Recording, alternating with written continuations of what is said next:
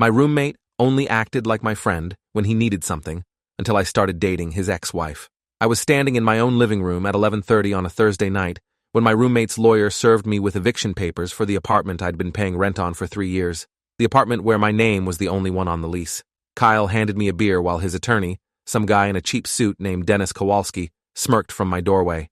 "Nothing personal, man," Kyle said, like we were still friends, like he hadn't just tried to legally steal my home. That's when I knew I'd been living with a parasite for half a decade, and I'd been too stupid to see it until now. The worst part? This wasn't even about the apartment. This was about Natalie, his ex-wife, the woman I'd fallen in love with without meaning to, without planning to, but completely and irrevocably nonetheless. And Kyle wasn't going to let that happen without burning everything down first. Let me back up because this didn't start with lawyers and eviction notices. It started 5 years ago when I needed a roommate, and Kyle needed a place to crash. I'm David, by the way. I was 26 when this began, working as a software developer for a mid-sized tech company in Austin. I'd just gotten a promotion that came with enough money to afford a 2-bedroom apartment in a decent part of town. The place was more than I needed alone, so I posted on some roommate finder sites looking for someone to split costs. Kyle responded within hours. We met for coffee, and he seemed normal enough. He was my age, worked in sales for some startup I'd never heard of, and he had good references from his previous landlord. He was charming in that easy way some people are, the kind of guy who could make you feel like you'd been friends for years after one conversation.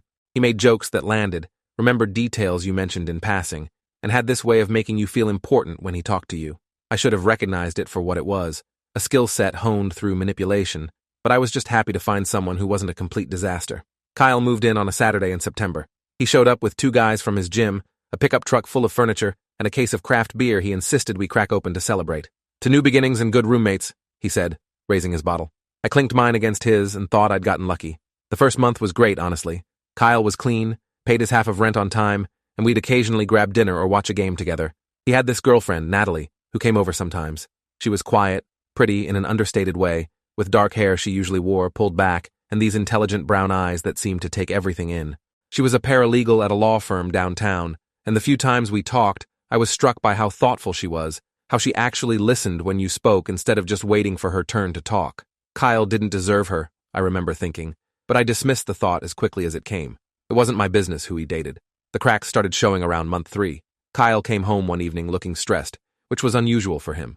He was always upbeat, always on, but that night, he looked defeated. I was making dinner, some pasta dish I'd gotten pretty good at, and he sat at the kitchen counter watching me cook. "Hey man," he said, "I've got a weird situation. My commission check didn't come through this month. Some issue with the accounting department. They're saying it'll be another 2 weeks. He paused, doing this thing where he looked away like he was embarrassed. "Is there any way I could pay you my half of rent a little late? Just this once. I'll even throw in an extra 100 for the inconvenience." What was I going to say? No, and kick him out over one late payment? I was raised to help people when they needed it. "Don't worry about it," I told him. "Just get it to me when you can." The relief on his face seemed genuine. He thanked me profusely, promised it wouldn't happen again, and insisted on buying groceries that weekend to make up for it. He did pay me too, exactly 2 weeks later with the extra 100 like he'd promised. I thought that was the end of it. But it wasn't the end. It was the beginning of a pattern I was too naive to recognize. A month later, Kyle's car broke down. He needed $1,500 for repairs. Could he borrow it? He'd pay me back with his next check. Absolutely. Then it was his sister's wedding, and he needed money for a flight and hotel. Then his company was restructuring, and his commissions were delayed again. Then he had a medical emergency, needed to see a specialist. Insurance was being difficult. Every time he came to me with this same apologetic look, this same promise that it was temporary, this same assurance that he'd pay me back. And he always did, eventually, though the payback periods got longer and the excuses got more elaborate. I started keeping a running tab in my head. At one point, he owed me close to $6,000. I mentioned it once, casually, and he looked genuinely hurt. "Man, I thought we were friends. I'm good for it, you know that. I'm just going through a rough patch." He made me feel like an asshole for bringing it up, so I dropped it. If you are enjoying this story already, please subscribe to see more stories like this. The thing about Kyle was that he was only around when he needed something. If he owed me money or wanted a favor, he was my best friend. We'd hang out, watch movies, grab beers, talk about life.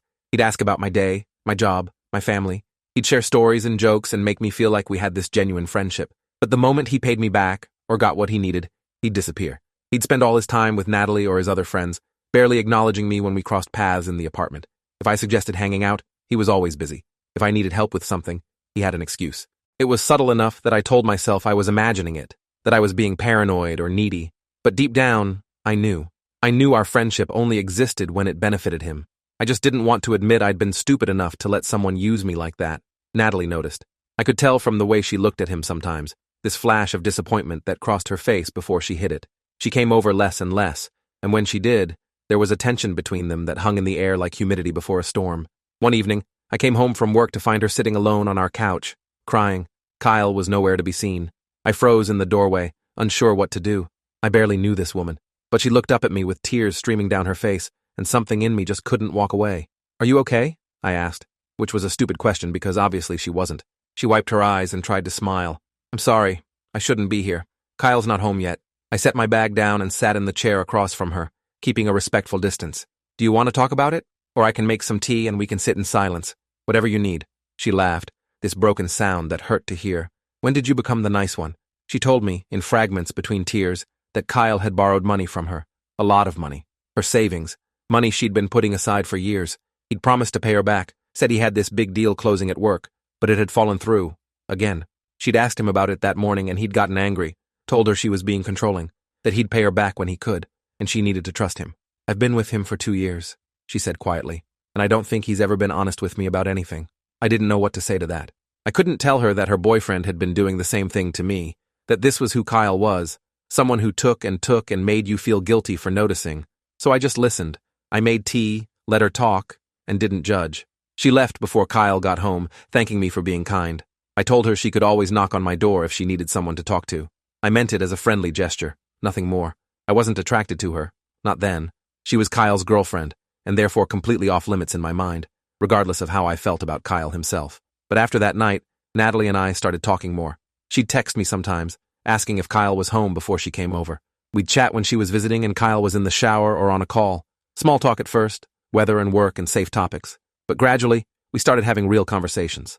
I learned she was from Oregon, that she had a younger brother she was close to, that she'd wanted to be a writer before practical concerns led her to law. She learned I'd grown up in Ohio, that my dad had died when I was 15, that I played guitar badly, but enthusiastically. We made each other laugh. There was an ease between us that felt natural, uncommon. I started looking forward to seeing her, and then I started feeling guilty about looking forward to seeing her. She was still with Kyle. I was still his roommate. This was a line I couldn't cross. I told myself we were just friends, that it was innocent, that I was helping her deal with a difficult relationship. I was lying to myself, but I didn't want to admit it. Kyle proposed to Natalie 4 months after that night on the couch. I came home one evening to find them celebrating in the living room with champagne. Natalie's smile didn't reach her eyes. Kyle was animated, talking about wedding plans and honeymoon destinations and the future. He threw his arm around my shoulders. "You'll be my best man, right? You're practically my brother." I said yes, because what else could I say? Natalie excused herself to the bathroom and I followed a minute later, pretending I needed something from the hall closet. I found her standing in the hallway, staring at her engagement ring like it was a shackle. "Congratulations," I said quietly. She looked at me, and I saw something in her expression I couldn't name. Resignation, maybe. Defeat. "Thank you," she said. Then, even quieter, "I don't know why I said yes. I wanted to tell her she didn't have to go through with it, that she deserved someone who treated her like she mattered, that Kyle would never change, but it wasn't my place. So I just said, 'You don't have to do anything you don't want to do. You know that, right?' She nodded, but didn't say anything else. We stood there in the hallway for a moment, not touching, barely breathing, before she went back to Kyle and I went to my room. The wedding planning was a disaster. Kyle threw himself into it with the same manic energy he brought to everything, except he expected everyone else to do the actual work. He volunteered me for tasks without asking, told Natalie to coordinate with me because he was too busy, and then disappeared for days at a time. I found myself helping Natalie pick venues, review caterer options, and choose color schemes because Kyle couldn't be bothered to show up. She apologized constantly for imposing on me. I kept telling her it was fine, that I didn't mind, which was true. Spending time with her had become the best part of my week, and that terrified me. I was in love with my roommate's fiancé. I knew it one afternoon when we were tasting cakes at a bakery Kyle was supposed to come to but didn't. Natalie got frosting on her nose and laughed when I pointed it out, and something in my chest cracked open. I loved her.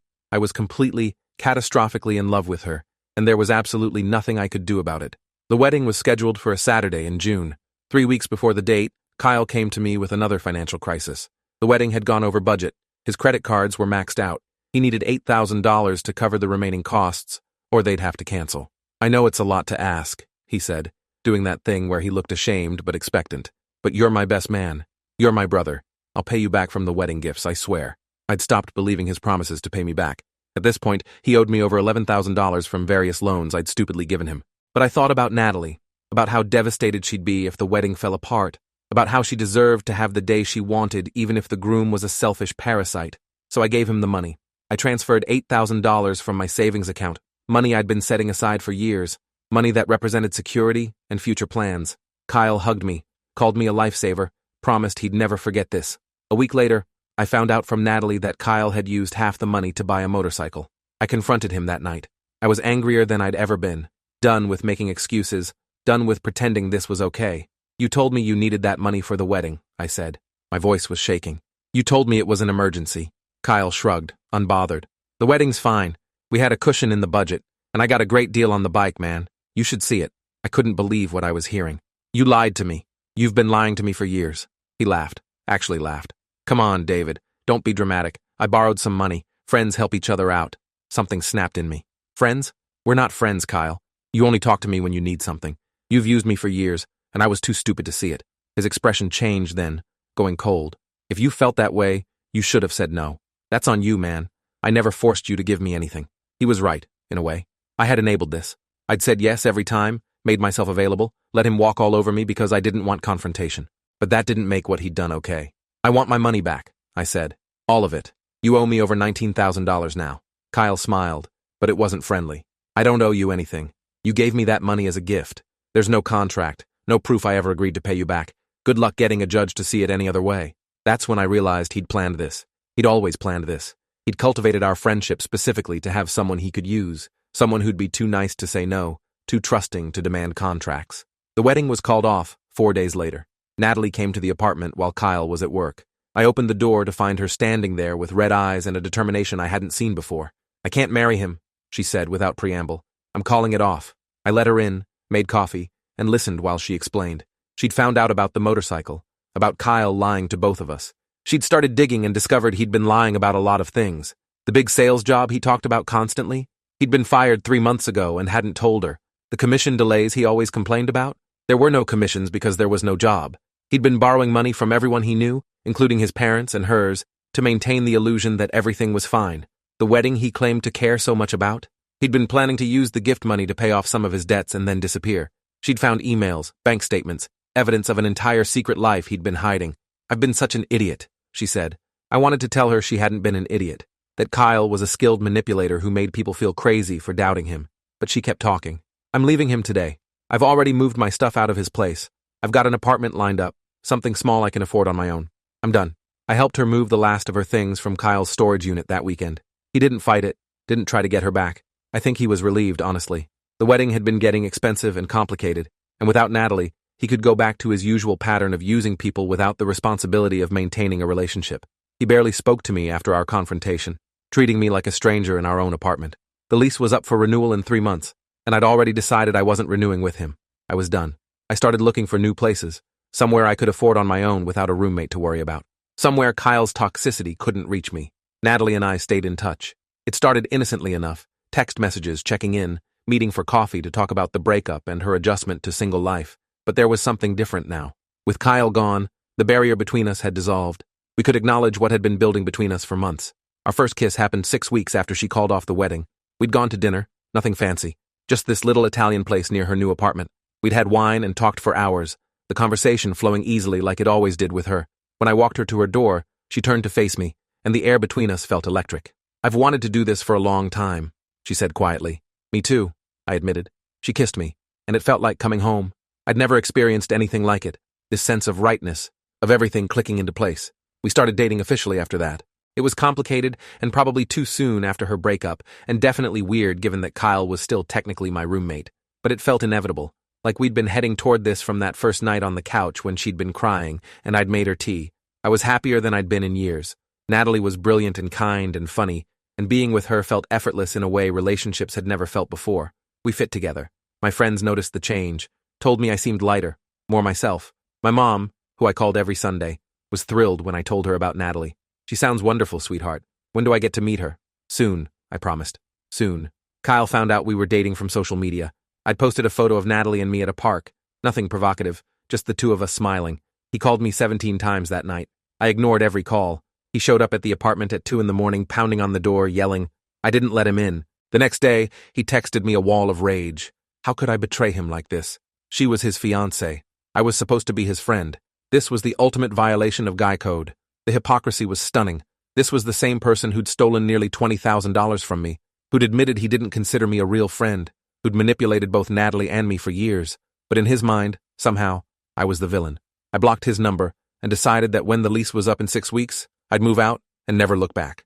I should have known Kyle wouldn't let it go that easily. He was the kind of person who needed to win, who couldn't stand the idea that someone he'd used had found happiness without him. What I didn't realize was how far he'd go to destroy it. The first sign something was wrong came 3 weeks before our lease ended. I got an email from our landlord, a property management company I'd always had a good relationship with. The email was formal and cold, informing me that I'd violated the terms of my lease by subletting without permission, and that I was being charged $15,000 in penalties plus potential eviction proceedings. I read it 3 times, confused. I hadn't sublet anything. Kyle was on the lease as an approved roommate. I'd followed every rule. I called the property management office and spoke to a woman named Linda Chen. No, wait, I need to use a different name. Let me call her Linda Thornton. Linda was apologetic, but firm. According to our records, Kyle Brennan is not an approved occupant. He was never added to the lease, which means you've been illegally subletting for 3 years. That was impossible. I'd specifically added him to the lease when he moved in. I'd filled out the paperwork, paid the fee, done everything correctly. Can you check again? I asked. I have copies of the lease addendum at home. I can send them to you. There was a pause. Mr. Colton, we have no record of Kyle Brennan ever being added as an approved occupant. If you forge documents, that's a serious matter. I felt like I'd been punched. I didn't forge anything. Let me find my copies and we'll clear this up. I spent an hour tearing apart my file cabinet, looking for the lease documents. I found the original lease with my signature. I found receipts from rent payments. I found everything except the addendum adding Kyle. That's when I realized I'd never actually received a copy. Kyle had offered to handle the paperwork, said he'd drop it off at the office on his way to work, that he'd give me a copy later. I'd trusted him, and he'd never submitted it. If this story keeps your interest, please subscribe to get more stories like this. I called Linda back and explained. She listened patiently, but I could hear the skepticism in her voice. I understand this is a difficult situation, Mr. Colton, but from our perspective, you've been housing an unauthorized occupant for 3 years. That's a serious lease violation. You'll need to pay the penalty and remove the unauthorized occupant immediately, or we'll proceed with eviction. I tried to argue, to explain that Kyle had sabotaged this, but without proof, I had nothing. I hung up and sat in my apartment trying to figure out what to do. That's when Kyle came home with his lawyer. Dennis Kowalski was a small-time attorney who specialized in tenant disputes, the kind of lawyer you hire when you want to intimidate someone but can't afford anyone competent. He was wearing an ill-fitting suit and had a superiority complex that didn't match his credentials. Mr. Colton, he said, handing me papers, my client, Kyle Brennan, is filing a complaint with the property management company. Since he's not on the lease, he's been living here as your guest. However, you've been charging him rent, which constitutes illegal subletting. He's entitled to compensation for the rent he's paid under false pretenses. I stared at the papers, then at Kyle, who wouldn't meet my eyes. You're suing me? For what? For letting you live here? Dennis smiled. For illegal subletting and fraud. My client paid you approximately $36,000 in rent over 3 years under the belief he was an authorized tenant. He's seeking full reimbursement plus damages. Kyle finally looked at me then, and his expression was triumphant. Nothing personal, man. Just business. The thing I kept thinking was how perfectly he'd planned this. He'd never intended to be on the lease. That gave him leverage, made it so I couldn't easily kick him out, but also made me liable for having him there. He'd been setting this up from the beginning, creating a situation where he could claim victim status while destroying me financially. And the timing was deliberate. He was doing this now, when I was dating Natalie, to punish me, to make me choose between fighting this legal battle and having a relationship with her, to make my life so complicated and stressful that she'd get tired of the drama and leave. I told Natalie everything that night. We were at her apartment, and I watched her face go from shock to anger to something harder as I explained what Kyle was doing. He's doing this because of me, she said. Because we're together. I wanted to deny it, but we both knew it was true. I'm not going to let him win, I said. I don't care how long it takes or how much it costs. I'm going to fight this. She took my hand. We're going to fight this. Together. That simple statement, that we instead of I, meant everything to me in that moment. I wasn't alone in this. We'd face it together. I hired a lawyer the next day. Her name was Jennifer Kovach, and she came highly recommended by a colleague at work who'd gone through a messy landlord dispute. Jennifer was in her mid-40s, sharp as hell, with 20 years of experience in real estate and tenant law.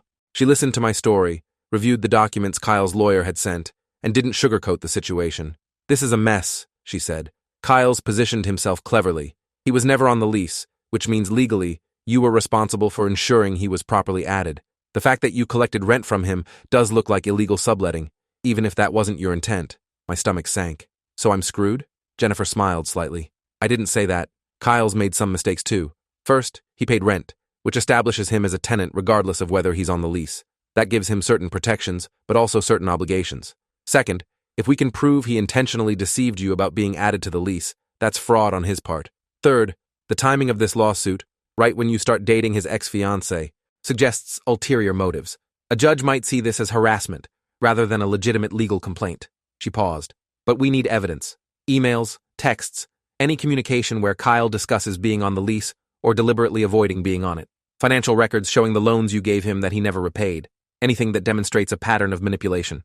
I thought about the texts I'd deleted over the years, the conversations that had happened face to face, the trust I'd extended without documentation.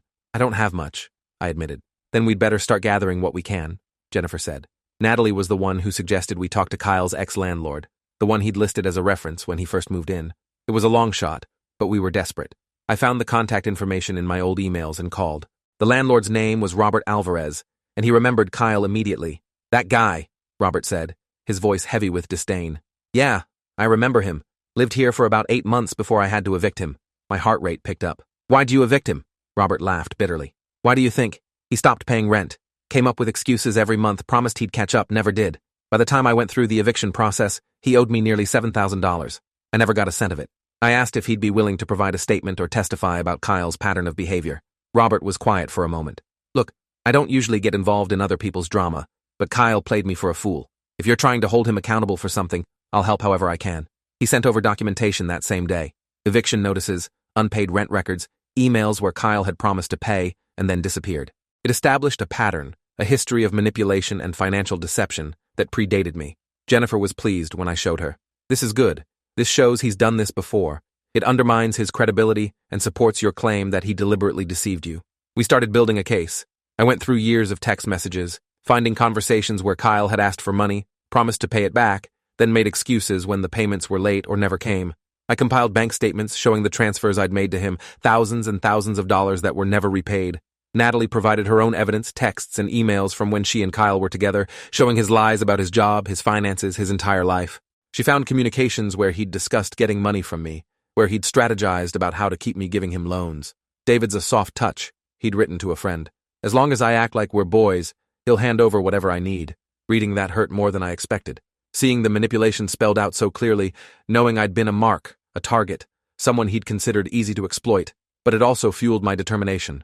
I wasn't going to be his victim anymore. I was going to expose him for exactly what he was. The property management company moved forward with their penalties despite my explanations. They charged me $15,000 for the unauthorized occupant and gave me 30 days to vacate the apartment. I could fight it, Jennifer said, but it would take months and cost more in legal fees than the penalty itself. The smarter move was to pay it, move out, and focus our energy on the lawsuit Kyle had filed. I was hemorrhaging money, paying legal fees and penalties while trying to find a new place to live, but I didn't have a choice. Kyle had turned my life into a legal nightmare, and the only way out was through. Natalie offered to help financially, but I couldn't accept it. This was my mess, my responsibility for being too trusting. She helped in other ways, though, spending hours helping me pack, searching for apartments, keeping me sane when the stress threatened to overwhelm me. He's not going to win, she'd say, whenever I spiraled into worst-case scenarios. We have evidence. We have witnesses. The truth is on our side. I wanted to believe her. Some days I did. Other days, I wondered if the truth mattered when Kyle was willing to lie and manipulate the system itself. The court date was set for early October, 4 months after Kyle had filed his lawsuit. In the meantime, life continued in this surreal limbo. I moved into a one-bedroom apartment across town, something I could afford on my own without the financial strain of supporting Kyle's lifestyle. Natalie and I grew closer through all of this. Adversity either breaks relationships or forges them into something stronger, and we were becoming something unbreakable. She met my mom over Labor Day weekend, and they loved each other immediately. My mom pulled me aside at one point and said, "This one's special, David. Don't let Kyle's garbage ruin what you have with her." I promised her I wouldn't. Natalie's family was more complicated. Her parents had liked Kyle initially, had been disappointed when the wedding was called off. When she told them about me, about Kyle's lawsuit and manipulation, they were skeptical. Her father, a retired accountant named William, wanted to review all the financial documents himself. He spent a weekend going through everything I'd provided to Jennifer, and when he was done, he called me directly. "Kyle stole from you," he said without preamble. "Nearly $20,000 by my count, possibly more. You should be countersuing him for that." I explained that Jennifer and I had discussed it, but decided to focus on defending against his lawsuit first. William made a noise of disapproval. That boy took advantage of my daughter for 2 years. He took advantage of you. Men like that need to face consequences. I appreciated his anger on my behalf, the protective father instinct that extended to me even though we'd just met. We're working on it, I assured him. Good, he said. You let me know if you need anything. Financial help, character testimony, whatever. Natalie deserves better than what Kyle gave her, and from what I can see, you're it. The week before the court date, something unexpected happened. I got a call from a woman named Rachel Simmons. She introduced herself as Kyle's ex-girlfriend from college, someone he'd dated before Natalie. She'd heard about the lawsuit through mutual friends and wanted to talk to me. We met at a coffee shop, and Rachel brought a folder full of documents. Kyle did the same thing to me, she said. Not the legal stuff, but the financial manipulation. We dated for a year and a half, and during that time, he borrowed almost $12,000 from me.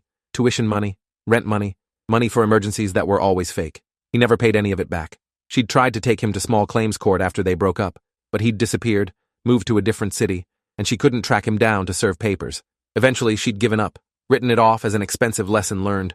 But when I heard he was doing it again, she said, I had to reach out. This is who he is.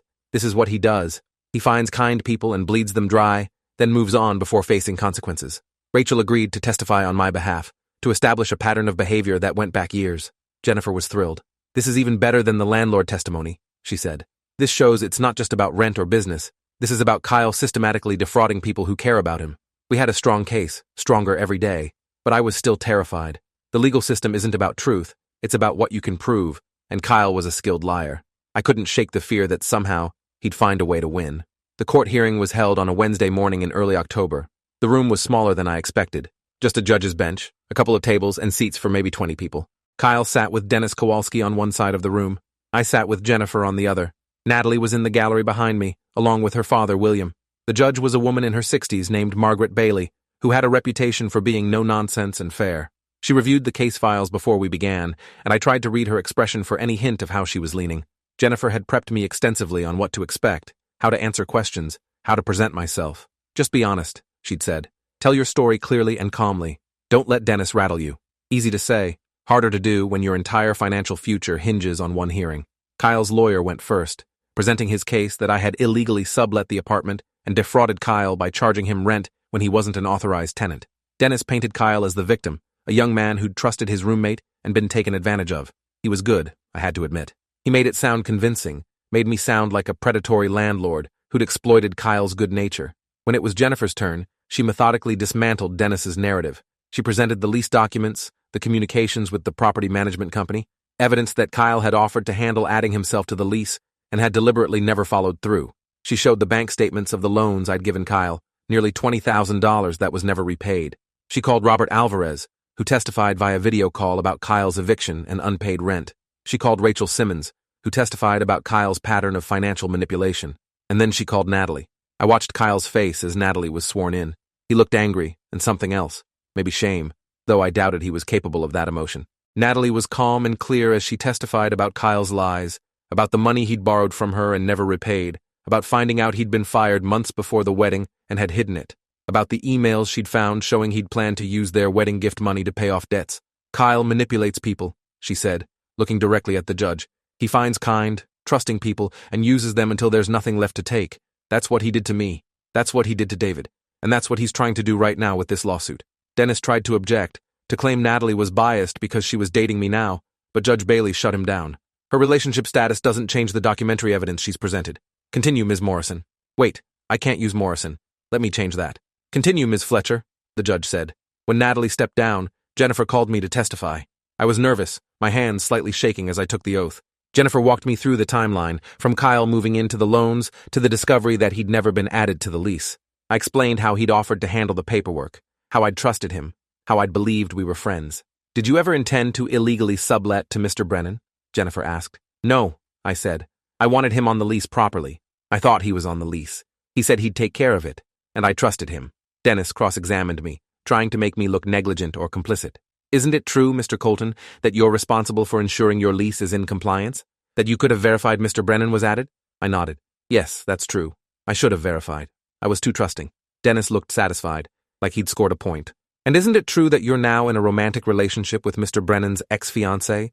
Isn't this lawsuit really about revenge for that relationship? I met his eyes steadily. No, this lawsuit is about Kyle trying to avoid accountability for using me financially for 3 years. My relationship with Natalie has nothing to do with the fact that Kyle owes me nearly $20,000 and has now tried to sue me to avoid paying it back. Judge Bailey asked a few questions of her own, clarifying details about the lease, the loans, the timeline. She asked Kyle directly if he'd ever intended to pay me back the money he'd borrowed. Kyle, under oath, claimed they were gifts, that I'd never asked for repayment, that we'd had an understanding. Jennifer immediately produced text messages where Kyle had explicitly promised to pay me back, where he'd called them loans, where he'd set repayment schedules he'd then ignored. Kyle fumbled, tried to explain, but the evidence was damning. The judge asked him about Rachel's testimony, about the landlord's testimony, about the pattern of behavior they'd described. Kyle claimed they were all lying, all biased against him, all working together to ruin him. He sounded paranoid and desperate. Judge Bailey called a brief recess to review the evidence. Jennifer squeezed my shoulder as we waited. "You did great," she said. "I think we've got this." Natalie came up from the gallery and hugged me. "He's done," she whispered. "Did you see his face when she asked about the texts? He knows he's caught." I wanted to believe her, but I'd learned not to underestimate Kyle's ability to wriggle out of consequences. The judge came back after 20 minutes. We all stood as she entered, then sat when she indicated. She looked at Kyle with something like disgust. "Mr. Brennan, I've reviewed all the evidence presented today, and I find your claims to be without merit. The evidence clearly shows a pattern of financial manipulation and deception on your part, not Mr. Colton's. The testimony from multiple witnesses establishes that you have a history of borrowing money under false pretenses and failing to repay it. The documentation proves that you deliberately avoided being added to the lease, creating a situation where you could later claim Mr. Colton was subletting illegally. This lawsuit appears to be a retaliatory action taken because Mr. Colton is now in a relationship with your ex-fiancée, and frankly, it's an abuse of the court system." She turned to me. "Mr. Colton, while I appreciate that you were trusting, you do bear some responsibility for not verifying the lease situation. However, I find that Mr. Brennan deliberately deceived you, and his claim for reimbursement of rent is denied." Relief washed over me so intensely, I felt lightheaded. The judge continued. "Furthermore, Mr. Colton, you indicated you'd loaned Mr. Brennan significant sums that were never repaid. I'm issuing a judgment in your favor for the full amount of documented loans, which according to the evidence presented totals $19,400. Mr. Brennan, you have 90 days to pay this amount to Mr. Colton, or he may pursue collection proceedings." Kyle's face went white. Dennis started to object, but the judge cut him off. "I'm not finished. Mr. Brennan, filing frivolous lawsuits wastes the court's time and resources. I'm ordering you to pay Mr. Colton's legal fees for defending against this action. Additionally, I'm referring this case to the State Bar to review Mr. Kowalski's conduct in bringing what appears to be a retaliatory and baseless lawsuit." Dennis looked like he'd been slapped. The judge banged her gavel. "This case is dismissed with prejudice. Mr. Brennan's complaint is denied, and judgment is entered in favor of Mr. Colton. We're adjourned." The aftermath was a blur. Jennifer shook my hand, congratulated me, said she'd file the necessary paperwork to enforce the judgment. Natalie hugged me so tightly I could barely breathe. Her father clapped me on the back, said he knew justice would prevail. Kyle and Dennis left quickly, not looking at anyone. I felt vindicated and exhausted and so relieved I could cry. We'd won. Not just the legal case, but the larger battle against Kyle's manipulation. He'd tried to destroy me, to punish me for being happy with Natalie, and instead he'd destroyed himself. The judgment meant he owed me over $25,000 now, including the legal fees. I doubted he'd ever pay it willingly, but at least there was a record, a court order establishing the truth. At least everyone who mattered knew what he'd done. The story should have ended there, but there was one final twist. 2 weeks after the court hearing, I got a call from Linda Thornton at the property management company. "Mr. Colton, I wanted to follow up with you about something we discovered. After your case went to court, we did an internal audit of our lease records. It turns out Kyle Brennan did submit paperwork to be added to your lease, and we processed it. He was technically an authorized tenant." I felt confused. "But you said there was no record." Linda sighed. "There wasn't, because the records were deleted from our system. We only discovered this because our IT department does monthly backups. When we restored an old backup, the records appeared. Someone with access to our system deleted Kyle's lease addendum about 6 months ago. The implications hit me. Kyle had gotten himself added to the lease properly when he first moved in. Then, later, he'd somehow gotten access to the property management system and deleted his own records to create the illegal subletting situation. He'd manufactured the entire problem deliberately. "We're investigating how he got access," Linda continued. "But I wanted you to know that you were right. You did everything correctly. Kyle sabotaged the records himself." I thanked her and hung up, stunned. The level of premeditation was staggering. Kyle hadn't just exploited an opportunity, he'd created one, setting up a situation months in advance that he could later use against me. Jennifer was equally shocked when I told her. "That's a crime," she said. "Unauthorized access to computer systems, tampering with records, fraud. You could press charges." I thought about it. I could drag this out further, make Kyle face criminal charges, watch him potentially go to jail. But I was so tired. Tired of fighting, tired of thinking about him, tired of letting him take up space in my life. I just want to be done, I told Jennifer. I have the judgment. I have vindication. I want to move on. Natalie and I talked about it that night over dinner at her place. She understood my exhaustion, my desire to just be finished with Kyle, but she worried he'd do this to someone else. Men like him don't stop, she said. They just find new victims. She was right, but I couldn't save everyone from Kyle. I could only move forward with my own life. We decided on a compromise. Jennifer would send the information about the deleted records to the state bar as part of their investigation into Dennis Kowalski's conduct. If Kyle had committed crimes, the authorities would discover it through that investigation. It was enough. I filed the court judgment with the credit bureaus, ensuring Kyle's credit would be destroyed until he paid what he owed. I blocked him on every platform, every method of contact. I erased him from my life as completely as possible. And then I focused on what mattered, building a future with Natalie. We got engaged 6 months later. I proposed on a Saturday morning in her apartment. Nothing fancy, just the two of us and the ring I'd been saving for. She said yes before I finished asking the question. We got married in a small ceremony that fall, just family and close friends, the opposite of the elaborate wedding she'd almost had with Kyle. My mom cried happy tears. Natalie's dad gave a toast about how sometimes the wrong path leads you to the right person. We honeymooned in Oregon, visiting the places Natalie had grown up, meeting her extended family, just enjoying being together without the shadow of legal battles and toxic ex-roommates. Life became quiet and good in a way I hadn't known was possible. I got another promotion at work. Natalie made partner at her law firm. We bought a small house with a yard where we talked about maybe getting a dog, maybe starting a family someday. Normal life, domestic life, the kind of life Kyle had tried to steal from me. I saw Kyle once more, about a year after the wedding. I was at a coffee shop near my office when he walked in. He looked different, older somehow, worn down. He saw me and froze. For a moment, I thought he might approach me, might say something. Instead, he turned and walked out. I watched him go and felt nothing. No anger, no satisfaction, just a vague pity for someone who'd burned every bridge and destroyed every relationship in pursuit of short-term gains. Natalie asked me about it that night, if seeing him had bothered me. I told her the truth. He was a ghost, someone from a past I'd moved beyond. She kissed me and said, "Good. He doesn't deserve even a moment of your thoughts." She was right. Kyle had taken enough from me. He didn't get any more. The judgment was never paid. Kyle declared bankruptcy a few months after the hearing, wiping out the debt along with apparently significant others he'd accumulated. I'd expected it, honestly. People like Kyle don't change, don't suddenly become responsible. They just move to a new city, find new victims, start the cycle over. I heard through mutual acquaintances that he'd left Austin, moved somewhere out west. I didn't ask for details, didn't care.